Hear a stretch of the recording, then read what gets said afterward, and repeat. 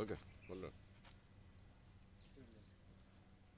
మన భారతదేశంలో రెండవసారి బీజేపీ ప్రభుత్వం మోడీ అధికారంలోకి వచ్చిన తర్వాత కార్మిక వర్గ యొక్క చట్టాలను అదేవిధంగా అన్నిటినీ కుదిస్తూ 4 చట్టాలుగా కుదించడం అనేది జరిగింది.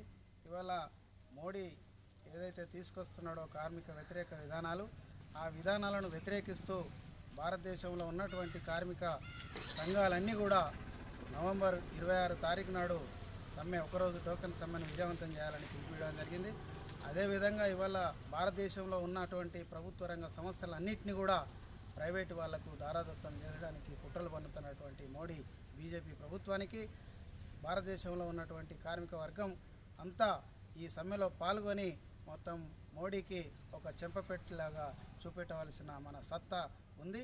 కాబట్టి మన సత్తా చూపెట్టాలంటే నవంబర్ 26 తారీఖు నాడు ఒకరోజు టోకెన్ సమ్మెను కార్మిక వర్గం, సింగరేణి కార్మికులు, అదేవిధంగా అసంఘటిత కార్మిక సంఘాలు, అసంఘటిత కార్మికులు కూడా ఈ సమ్మెను విజయవంతం చేయాలని, అదేవిధంగా గోదావరి లోయబొగ్గని కార్మిక సంఘం IFTU కార్మిక వర్గానికి పిలుపునిస్తూ ఉంది.